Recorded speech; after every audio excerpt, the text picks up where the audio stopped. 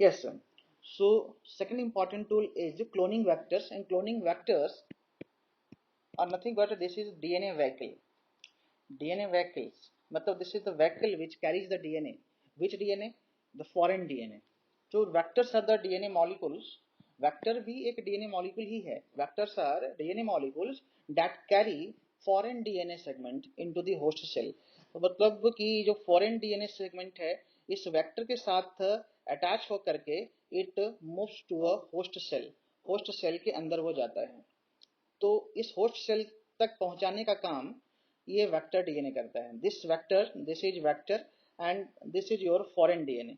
तो foreign DNA is carried by vector DNA and it carried up to where, carried to into the host cell. ये host cell के अंदर तक पहुंचाने का काम किया. मान लीजिए ये आप थोड़ा सा कलर हम चेंज कर देते हैं, ये आपका ब्लू है तो ये जो इसके साथ अटैच हो जाएगा और अटैच होकर के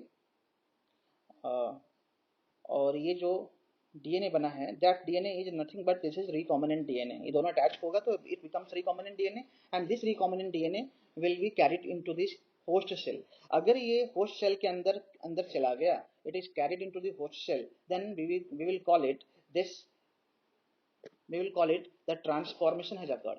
ट्रांसफॉर्मेशन हो गया. अगर रिकॉम्बिनेंट डीएनए होस्ट सेल में इंटर कर गया है, इंट्रोड्यूस हो गया है, then we can say that कि yes children, then so the transformation has occurred. तो इस ट्रांसफॉर्मेशन पर्पस के लिए जैसे vector is very important. Vector is the DNA molecule which carry the foreign DNA into the host cell. Vectors may be two types. ठीक है, दो two different kinds of जो DNA है उसको we can use them as vectors. एक है plasmid, दूसरा है बैक्टीरियोफाज. बैक्टीरियोफाजेस क्या है? दे आर द वायरसेस, है ना. Bacteriophages are the viruses which infect bacteria. तो these can also be used as vectors. इसके अलावा भी हमने देखा था some vectors were used in DNA sequencing. वो क्या क्या था बताएंगे? Two vectors we used there in DNA sequencing time. Did you do you remember? Tell- Yes, BAC and YAC. These are also vectors. These are also vectors. So, along with this, two important vectors are there, plasmid and bacteriophage. Along with this, these are the also vector, and this is artificial vectors and artificial chromosome, bacterial artificial chromosome and yeast artificial chromosomes. तो two important vector. लेकिन plasmid is the best known vector so far. Plasmid जो है this is the best known vector. ठीक है, plasmid is mostly used in DNA technology. ठीक है, ऑफनली plasmid vector is only used. And copy number एक बहुत अच्छा वर्ड आता है कि what is copy number. Copy number मतलब कि ये होस्ट सेल, मान लीजिए जो प्लाज्मिड आपने निकाला है that is self replicating DNA. So it can replicate and along with this your foreign DNA can also replicate into the host cell. तो अब कितने टाइम्स में रिपीट होगा, कितना कॉपी नंबर बनेगा, कितना उस कितना replica will be formed, how many replicas will be formed. तो वो नंबर ऑफ वेक्टर्स पे डिपेंड करता है कि एक सेल के अंदर एक बैक्टीरियल सेल के अंदर how many copies of vectors are present. How many copies of vectors are present, that is known as copy number. And it can be 1 to 100 copies per cell. एक cell के अंदर 1 से 100 copies हो सकता है. ठीक है. And very important, this one is PBR 322 is the first artificial cloning vector. This is the first artificial cloning vector developed in 1977 by two scientists, Bolivar and Rodriguez. Bolivar and Rodriguez, listen here. So Bolivar and Rodriguez, Bolivar B and Rodriguez first letter R. तो ये जो first आप जो P देख रहे हैं, again जिस तरह से नोमेनक्लेचर आपने देखा था रिस्ट्रिक्शन इंडोन्यूक्लियोटाइड एंजाइम में, similarly here also nomenclature will see. इसका नोमेनक्लेचर में आप क्या देखेंगे? हियर द नोमेनक्लेचर में से आपने देखा पी बी आर 322. तो सिमिलरली दिस P4 प्लाज्मिड, मतलब दिस इज प्लाज्मिड वेक्टर. ठीक है. And B and R the names of discoverers. This are the names of discoverer जो उसको डिस्कवर किया, नेम ऑफ डिस्कवरर क्या क्या है यहाँ पर, बी आर क्या है, बॉलीवर एंड रॉड्रिग्स। तो दिस टू नेम्स, ठीक है, रॉड्रिग्स, तो Bolivar and Rodrigues, and this 322 is the order, वही ऑर्डर ऑफ आइसोलेशन, ठीक है। So this is how we name any artificial cloning vector. Is it clear? Now let us see PBR322. This is important artificial cloning vector, and here when you see the structure of artificial cloning vector PBR322, this is the structure of PBR322. This is the cloning vector. We have already seen कि what is plasmid. Plasmid क्या है, कोई बताएगा वो? Can anyone tell me what is plasmid? This is plasmid vector. P for plasmid vector, and it is isolated from E. coli bacteria. ठीक है. Now you tell me what is plasmid. किसी भी cell, bacterial cell के अंदर, जैसे ई coli bacteria है, E coli bacteria is there, ये आपका न्यूक्लियोइड रीजन्स है, यहाँ पर जो क्रोमोजोम्स है, यहाँ जो डीएनए है, that is called nuclear chromosomes, and and ये क्रोमोजोम्स, और इसके साइटोप्लाज्म में एक और इस तरह से सर्कुलर डीएनए होता है, and that circular DNA is known as plasmid, and this plasmid is, it's not part of this nuclear chromosomes, ठीक है, this is the part of, this is extra chromosomal DNA, this is extra chromosomal DNA, ये chromosomal का part नहीं है, this is extra chromosomal DNA. और इसकी सबसे important features क्या है, ये सेल्फ रेप्लिकेटिंग है, ये भी रेप्लिकेट होता है, जिस तरह से ये वाला डीएनए रेप्लिकेट होगा उसी तरह से ये प्लाज्मिड डीएनए आल्सो रेप्लिकेट्स, तो सेल्फ रेप्लिकेटिंग है, and what else,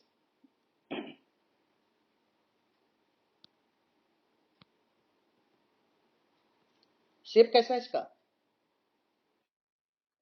circular, yes circular है। सो plasmid is a circular extra chromosomal and self replicating DNA. This is nothing but DNA, and this is why, because of this property, self replication property, it is used as vector, ठीक है। तो this is the plasmid. Now yes sir. So second important tool is cloning vectors, and cloning vectors are nothing but this is DNA vehicle. DNA vehicles, मतलब this is the vehicle which carries the DNA. Which DNA? The foreign DNA. So vectors are the DNA molecules. Vector भी एक DNA molecule ही है. Vectors are DNA molecules that carry foreign DNA segment into the host cell.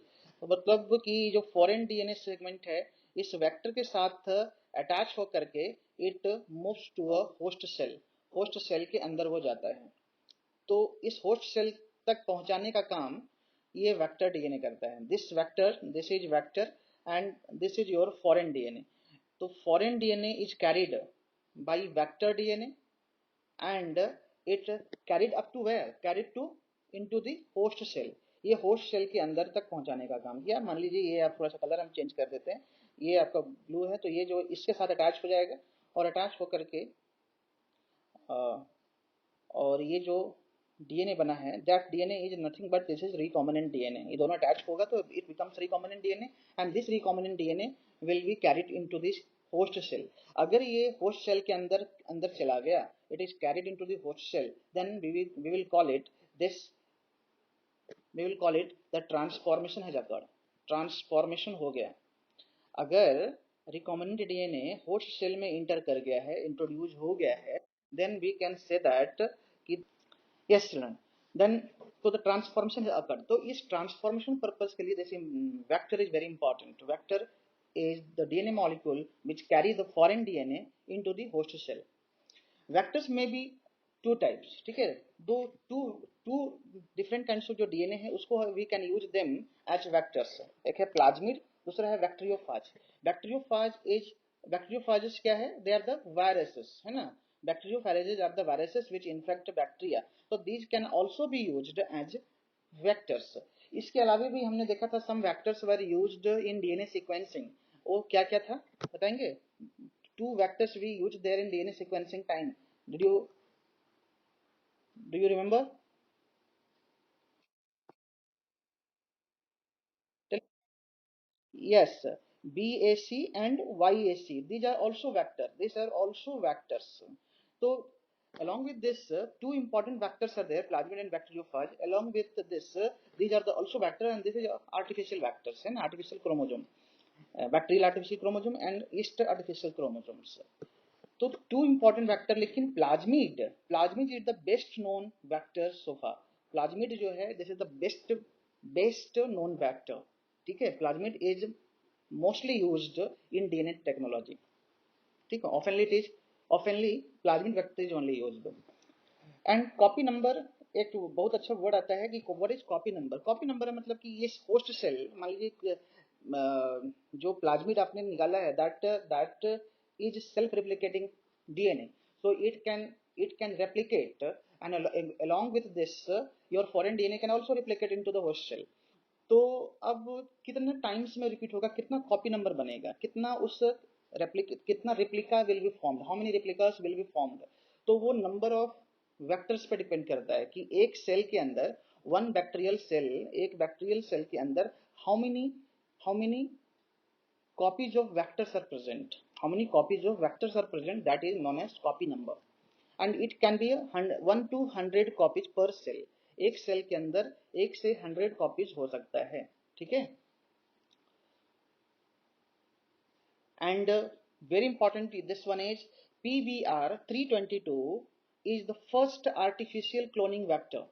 This is the first artificial cloning vector developed in 1977 by two scientists, Bolivar and Rodriguez. Bolivar and Rodriguez, listen here. So Bolivar and Rodriguez, Bolivar B and Rodriguez first letter R. तो ये जो first आप जो P देख रहे हैं, again जिस तरह से नोमेनक्लेचर आपने देखा था रिस्ट्रिक्शन एंडोन्यूक्लिक एंजाइम में, similarly here also nomenclature will see. इसका नोमेनक्लेचर में आप क्या देखेंगे, हियर द नोमेनक्लेचर में से आपने देखा पी बी आर 322. तो सिमिलरली दिस P4 प्लाज्मिड, मतलब दिस इज प्लाज्मिड वेक्टर. ठीक है. And B and R the names of discoverers. This are the names of discoverer, जो उसको डिस्कवर किया, नेम ऑफ डिस्कवरर क्या क्या है यहाँ पर. बी आर क्या है, बॉलीवर एंड रॉड्रिग्स. तो दिस टू नेम्स. ठीक है, रॉड्रिग्स. तो Bolivar and Rodrigues. And this 322 is the order, वही ऑर्डर ऑफ आइसोलेशन. ठीक है. So this is how we name any artificial cloning vector. Is it clear? Now let us see PBR 322. This is important artificial cloning vector, and here when you see the structure of artificial cloning vector PBR 322, this is the structure of PBR 322. This is the cloning vector. We have already seen कि what is plasmid. Plasmid क्या है, कोई बताएगा वो? Can anyone tell me what is plasmid? This is plasmid vector, P4 plasmid vector, and it is isolated from E. coli bacteria. ठीक है. Now you tell me what is plasmid.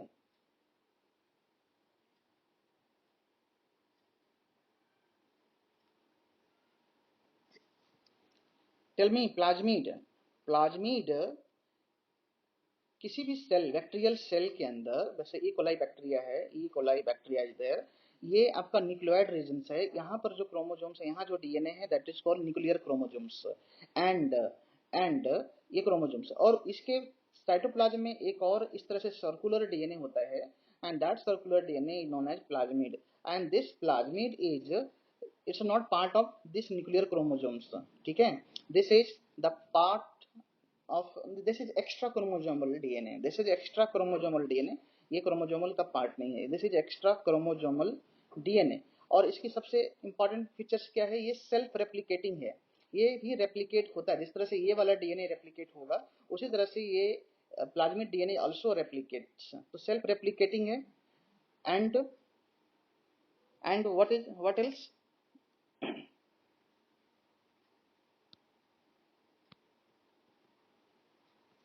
Shape कैसा है इसका,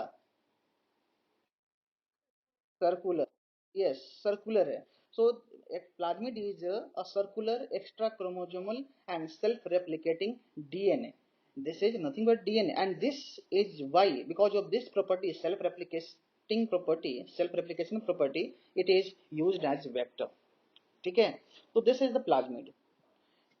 इसका फीचर्स में आप इसमें देखेंगे कि क्या क्या क्या चीजें हैं। आप थोड़ा कल का क्लास अगर याद है तो बताइए, ये क्या Eco R1, what is this?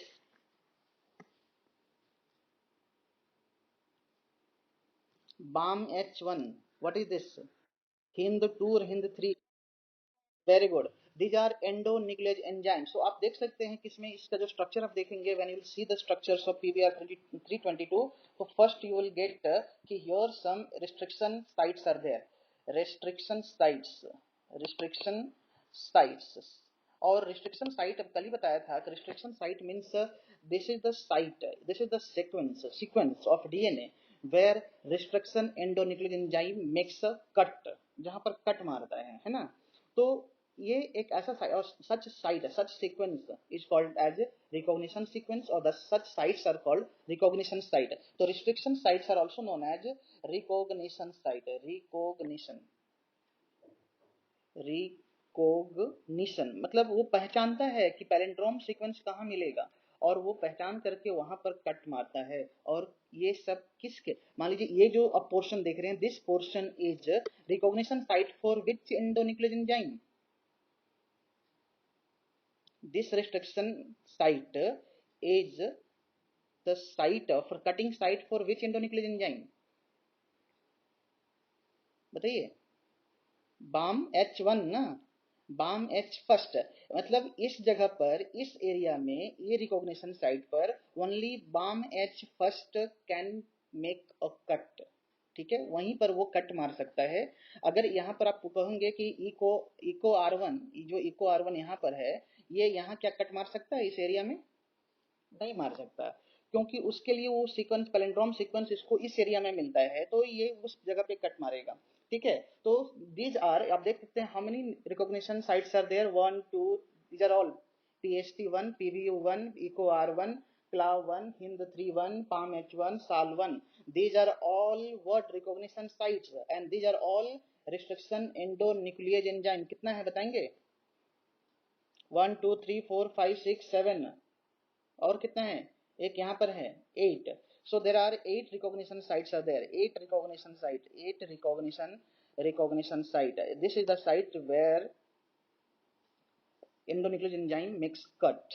ठीक है, सो आप देख रहे हो कि किसी भी प्लाज्मिड वेक्टर में ये रिकॉग्निशन साइट होता है।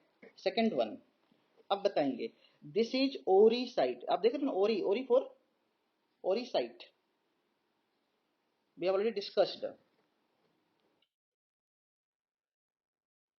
Yes, yes, very good. Origin of replication site, this is origin of replication site। मतलब ये ऐसा प्लेस है जहां पर आप कोई फॉरेन DNA अटैच होगा तो उसकी नंबर ऑफ कॉपीज बनना शुरू हो जाएंगे।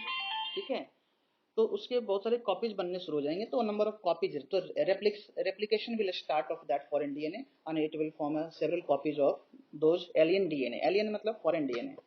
एंड सी, आप एक चीज और देखेंगे, AMP मतलब एम्पीसिलिन एंड TT टेट्रासाइक्लिन। तो एम्पीसिलिन एंड टेट्रासाइक्लिन ये क्या है? ये दोनों कभी सुना है ये सब कहीं पर नाम? ये क्या चीज है? What is this? These are ampicillin, tetracycline, what is this?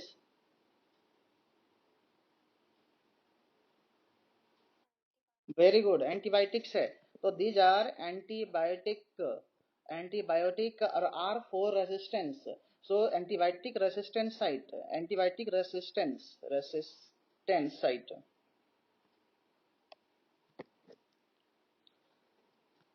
Resistance site. तो ये 3 साइट्स आप देख रहे हैं, 3 इंपॉर्टेंट साइट्स आर देयर। ठीक है, और इसमें दो ही, इसमें दो है, एक MPR है, दूसरा है TETR, टेट्रासाइक्लिन रेजिस्टेंस साइट। तो and one more site is there, ये देख सकते हो ROP, ROP, दिस इज, ठीक है, रेप्लिकेशन ऑफ प्रोटीन्स। तो जो प्रोटीन्स रिक्वायर्ड है रेप्लिकेशन ऑफ प्रोटीन आरओपी जो है replication of this codes for proteins जो हमको सॉरी रेप्लिकेशन ऑफ प्रोटीन्स नहीं replication of this is the proteins required for replication of plasmid. This is nothing but this is the proteins for replication of plasmids. ठीक है, तो ये यहाँ पर ये प्रोटीन्स है जो इस प्लाज्मिड में ये आपका क्या है रेप्लिकेशन साइट है, ओरिजिन ऑफ रेप्लिकेशन साइट। तो यहाँ से इनिशिएशन ऑफ रेप्लिकेशन स्टार्ट्स, तो उसको आगे रेप्लिकेट करने के लिए जो प्रोटीन्स इन्वॉल्व होता है, जो एंजाइम्स इन्वॉल्व होता है, that enzymes is present here. ठीक है, तो this is the proteins which is required for replication of this plasmids, इसका सेवरल कॉपीज नंबर बनाने के लिए। ठीक है, तो ये these are the important sites. तो आप देख रहे हैं कि यू कैन सी दैट कि here in any cloning vector, this is cloning vector, so in any cloning vector these are the important sites and these sites must be present on a cloning vector। अगर cloning vector में ये चारों sites नहीं है present तो that vector will not qualify as cloning vector। Is it clear to all of you? जैसे बताया था ना कि डीएनए के लिए अगर किसी जेनेटिक मटेरियल के लिए किसी को क्वालिफाई करना है तो वो केमिकली और स्ट्रक्चरली स्टेबल होना चाहिए, सेल्फ उसको रेप्लिकेशन प्रॉपर्टी उसमें होनी चाहिए, एक्सप्रेशन प्रॉपर्टी होनी चाहिए। तो वैसे इसमें भी कोई अगर क्लोनिंग वेक्टर के रूप में जिस किसी को क्वालिफाई करना है तो उसके लिए ये सारे साइट्स उसमें होने चाहिए, इंपॉर्टेंट साइट्स है। ठीक है, आइए let us discuss one by one. तो अब आप बताइए, अभी जस्ट हम डिस्कस किया है, तो characteristic features of a cloning vector उसमें क्या होना चाहिए बताइए, सबसे पहले क्या होना चाहिए, क्या होना चाहिए किसी भी क्लोनिंग वेक्टर्स में सबसे इंपॉर्टेंट फीचर्स क्या हो, उसमें क्या प्रेजेंट हो, ओरिजिन ऑफ रेप्लिकेशन साइट होना चाहिए या नहीं होना चाहिए, रेप्लिकेशन साइट होना चाहिए। और बताइए और क्या होना चाहिए, second they must have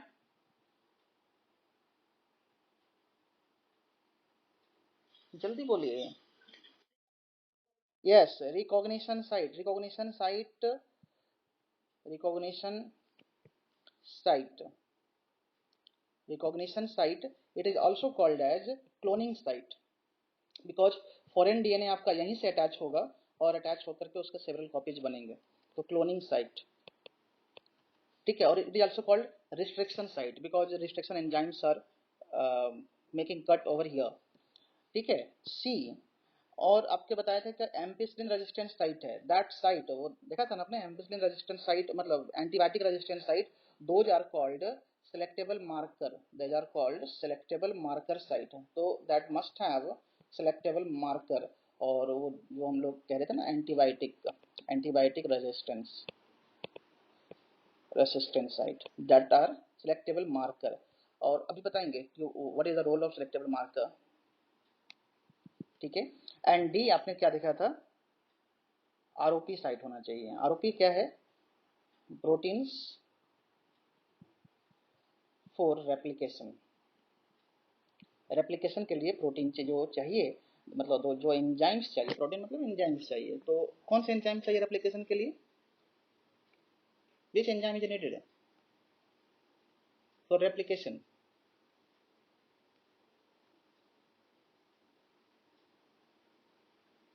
which enzyme is needed for replication, DNA polymerase या डीएनए पॉलीमरेज। तो पॉलीमरेज वो एंजाइम इसके पास होगा। तो those proteins which is required for replication, so these are the important characteristic features of cloning vector. अगर ये चारों चीजें हैं then it is a cloning vector. Let us see discuss one by one. origin of replication site, first one, origin of replication site, this is a DNA sequence that is responsible for initiating replication। ठीक है, जो DNA sequence, ऐसा DNA sequence है वो area जहां जो है replication initiate करता हो। Any piece of DNA when it is linked to this sequence can replicate within the host cell, और वो होस्ट सेल के अंदर उसको रेप्लिकेट कर सकता है। ओरी also controls copy numbers of the linked DNA. जो लिंक्ड डीएनए है उसका कॉपी नंबर मतलब नंबर ऑफ क्या वेक्टर्स, ठीक है, उसको कंट्रोल करता है। एक सेकंड सेकंड जो इंपॉर्टेंट साइट है that is selectable marker site. Selectable marker site just दिखाया था वो क्या था, यहाँ पर पीवीआर 322 में आपने देखा था, उसमें क्या था, दो सिलेक्टेबल मार्कर साइट थे। कौन कौन था, एक एम्पीसिलिन रेजिस्टेंट साइट था और दूसरा क्या था, tetracycline resistant site. These are selectable marker. अब हम बात करेंगे सिलेक्टेबल मार्कर है क्या। तो सबसे पहले जस्ट अभी विल टॉक अबाउट कि इसका रोल क्या, what is the role. It helps to select the host cell. It helps to select the host cell which contain the vector which contains the vector transformant, very important word here, and eliminate the non transformant। मतलब it will select transformant। क्या करेगा, selectable marker का role क्या है, selectable marker select transformants को select करेगा and it will eliminate non transformant,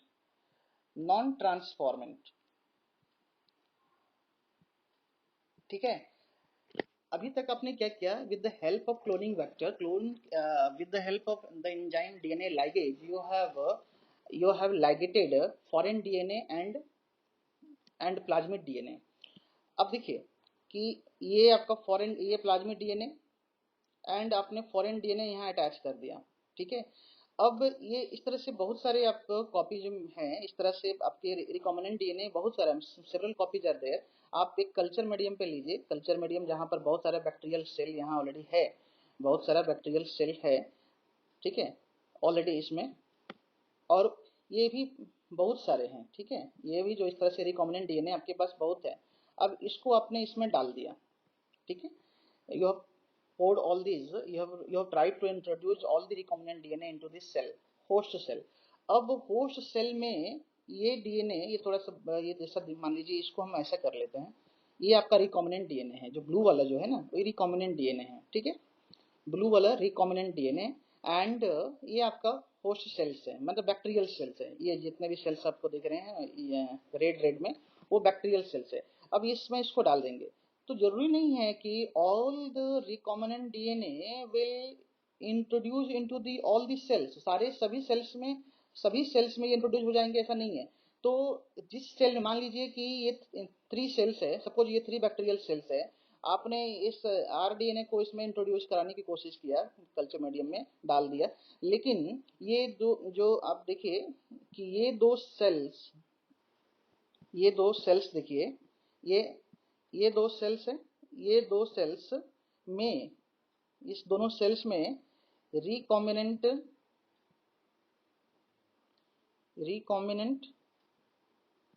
okay, ये recombinant DNA इसमें आ गए, मान लीजिए इंट्रोड्यूस हो गया। इफ इंट्रोड्यूस हो गया तो we will call it transformant, we will call it transformant, ठीक है, will call it transformant. And एक ऐसा बच गया है, थर्ड वाला ऐसा बच गया, इसमें इंट्रोड्यूस नहीं हो पाया, मतलब रिकॉम्बिनेंट डीएनए नहीं आ पाया इसके अंदर, तो वी विल कॉल इट, क्या कहेंगे इसको, जिसके अंदर नहीं आ पाया उसको क्या कहेंगे, नॉन ट्रांसफॉर्मेंट, ठीक है। तो this is the transformant and non transformant. तो what is transformation, transformation is the procedure by which a piece of DNA is introduced into the bacterial cell. अब बैक्टीरियल सेल में आपका इस रिकॉम्बिनेंट डीएनए के साथ आपका डिजायर्ड डीएनए, फॉरेन डीएनए भी है, एलियन डीएनए भी है, बट उस एलियन डीएनए के साथ ये अंदर आ चुका है, तो we will call it transformant. और जिसके अंदर नहीं आया, जिसके अंदर इंट्रोड्यूस नहीं हो पाया, we will call those cells, वो cells है, transformant and non transformant are the host cells, याद रखेंगे, these are the host cells। तो ये होस्ट सेल जो ट्रांसफॉर्मेंट होस्ट सेल्स है, ये नॉन ट्रांसफॉर्मेंट है होस्ट सेल्स है। तो सिलेक्टेबल मार्कर का काम क्या है कि जो ट्रांसफॉर्मेंट है उसको सिलेक्ट करना है और जो नॉन ट्रांसफॉर्मेंट है उसको एलिमिनेट करना है, ठीक है, क्लियर है, इज इट क्लियर नाउ। हाँ, नहीं, अभी तक क्लियर नहीं हुआ है, मुझे मालूम है, अभी आपको क्लियर नहीं हुआ है, अभी करेंगे थोड़ा। अब देखिए इसमें genes, encoding, encoding resistance to antibiotic, resistance to antibiotics like ampicillin, chloramphenicol, tetracycline, kanamycins are used as selectable markers for E. coli. लेकिन अपने जो प्लाज्मिड PBR 322 में कौन कौन से है, ये जितने भी अपने एंटीबायोटिक्स देखा है इसमें किस किस से वो रेजिस्टेंस है, रेजिस्टेंस किस किस एंटीबायोटिक का रेजिस्टेंस साइट उस पर है PBR 322 में, किसका किसका है? यस, एम्पिसिलिन एंड टेट्रासाइक्लिन का रेजिस्टेंस साइट है।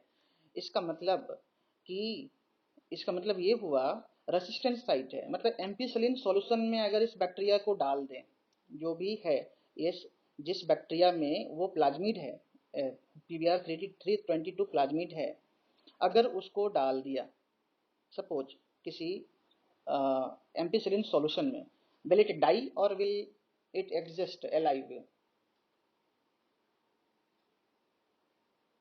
वो मरेगा या still alive, will be alive? नहीं समझे आपने? मान लीजिए एक ये सेल है, इस सेल के अंदर एक प्लाज्मिड है, होस्ट, ये होस्ट सेल है, इसके अंदर प्लाज्मिड है, वो प्लाज्मिड क्या है PBR 322 इसमें प्लाज्मिड है, और इस प्लाज्मिड को मतलब अगर इसके अंदर प्लाज्मिड अंदर आ गया है तो we can say that this transformant है ना। अब इसको हम सॉल्यूशन में डाल देंगे, किस किस सॉल्यूशन में, ये सॉल्यूशन रखा है एंटीबायोटिक सॉल्यूशन, एंटीबायोटिक में किसका, एम्पिसिलिन का मान लीजिए रखा है, एम्पिसिलिन सॉल्यूशन रखा है। अब इसको यहाँ डालने के बाद इस एम्पिसिलिन सॉल्यूशन में ये मरेगा या जिंदा रहेगा? बेटा ये मरेगा नहीं, ये अलाइव रहेगा, क्योंकि इस PBR 322 में एम्पिसिलिन रेजिस्टेंस साइट है कि नहीं है? रेजिस्टेंस मतलब क्या, उससे लड़ने की क्षमता उसमें है, उससे रेजिस्टेंस पावर है उसका, that has resistance power against ampicillin, ampicillin से वो लड़ सकता है, फाइट कर सकता है, so it will not die. लेकिन अब मान लीजिए इसी को अगर आप डाल देंगे, एक सॉल्यूशन है जिसमें रखा है कानामाइसिन, रखा है कानामाइसिन सॉल्यूशन, तो वो जिंदा रहेगा कि मर जाएगा? मर जाएगा। क्यों मर जाएगा? क्योंकि PBR 322 में एम्पिसिलिन रेजिस्टेंस साइट केवल है, टेट्रासाइक्लिन रेजिस्टेंस साइट है, कानामाइसिन रेजिस्टेंस साइट नहीं है। तो इस सॉल्यूशन में जैसे इसको डाल देंगे इट विल डाई। ठीक है, तो आप देख लिए कि यहाँ पर इसके लिए, इस सॉल्यूशन के लिए ये जो क्या हुआ, ट्रांसफॉर्मेंट है या नॉन ट्रांसफॉर्मेंट है? नॉन ट्रांसफॉर्मेंट होगा, कानामाइसिन के लिए नॉन ट्रांसफॉर्मेंट है, तो वो एलिमिनेट हो जाएगा। और इसके लिए जो एम्पिसिलिन रेजिस्टेंस साइट है उसके लिए ट्रांसफॉर्मेंट है, तो उसको सिलेक्ट कर लेगा। तो सिलेक्टेबल मार्कर का उस रेजिस्टेंस साइट का यही इंपॉर्टेंस है, वो हेल्प करता है टू आइडेंटिफाई और select transformants and eliminate non trans. देखिए लेकिन जो नॉर्मल इकोलाई बैक्टीरिया है, ये तो आर्टिफिशियल वेक्टर है ना PBR 322, लेकिन जो नॉर्मल जो बैक्टीरिया है इकोलाई, नॉर्मल इकोलाई बैक्टीरिया, ये does not carry any resistance against any of this antibiotic. अगर ऐसा होता तो फिर क्या होगा कि ये दोनों एंटीबायोटिक से मरते ही नहीं, बैक्टीरिया ये मरते ही नहीं है। Bacteria antibiotic why do we take when to kill the bacteria? तो ये बैक्टीरिया इसमें किल ही नहीं होता। तो E coli do not carry any resistance, normal E coli, ठीक है, do not carry any resistance site, any resistance site. उसके vector में जो नॉर्मल ई कोलाई बैक्टीरिया है उसका जो प्लाज्मिड है उसमें कोई रेजिस्टेंस साइट नहीं है, याद रखेंगे, किसी भी एंटीबायोटिक के अगेंस्ट में नहीं है। It clear? ना लास्ट वन, जस्ट एक और है, the third one, this is the recognition site. ठीक है, रिकॉग्निशन साइट, रिकॉग्निशन, ठीक है, रिकॉग्निशन साइट। तो वही जस्ट हमने देखा था कि रिकॉग्निशन साइट क्या है, कि वहां पर कितने रिकॉग्निशन साइट है PBR 322 में, जस्ट अभी देखा था। How many recognition sites are there, how many endonuclease enzyme were there?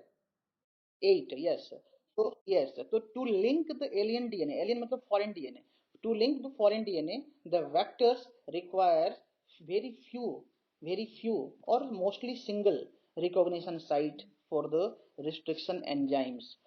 और याद रखेंगे, more than one recognition sites within the vectors can complicate the gene cloning as it will generate several fragments. यहाँ थोड़ा आपको ज़्यादा समझने की ज़रूरत है, समझाऊंगा, ठीक है। लाइगेशन ऑफ एलियन डीएनए, यहीं पर एक ये साइट है जहां पर कट मारेगा, रिकॉग्निशन साइट पर एंडोन्यूक्लियोज एंजाइम कट मारेंगे और एलियन डीएनए यहां से लाइगेट करेंगे। इसी पोजीशन पे alien DNA will B ligated with the help of DNA ligase, and जैसे ही लाइगेट कर देंगे फिर उसका रेप्लिकेशन स्टार्ट होगा और it will form several copies, ठीक है। उसका क्लोनिंग स्टार्ट हो जाएगा। रेप्लिकेशन मतलब several copies will be form, that is why it is called cloning site. उसका क्लोन्स बनना शुरू हो जाएंगे उस फॉरेन डीएनए के, ठीक है, होस्ट सेल के अंदर। So this ligation of alien DNA can be carried out by at a restriction site present in one of the two antibiotic resistance gene। वो दोनों उसी रेजिस्टेंस जीन के ऊपर में कहीं है ये सारे रिकॉग्निशन साइट्स और क्लोनिंग साइट्स। तो वहां पर फॉरेन डीएनए को अटैच करेंगे तो we can get several copies, clones of those site. अब ये पोर्शन हम कल पढ़ेंगे। तो दीज आर थ्री इंपॉर्टेंट और फोर कह सकते हैं, आरओपी भी है, तो four important site that should be present on a cloning vector. और कल इसका थोड़ा सा पार्ट हम और भी पढ़ेंगे, एक ये पार्ट, और अभी जो हमने देखा था ना ट्रांसफॉर्मेंट और नॉन ट्रांसफॉर्मेंट, तो थोड़ा उस पर डिस्कस करेंगे और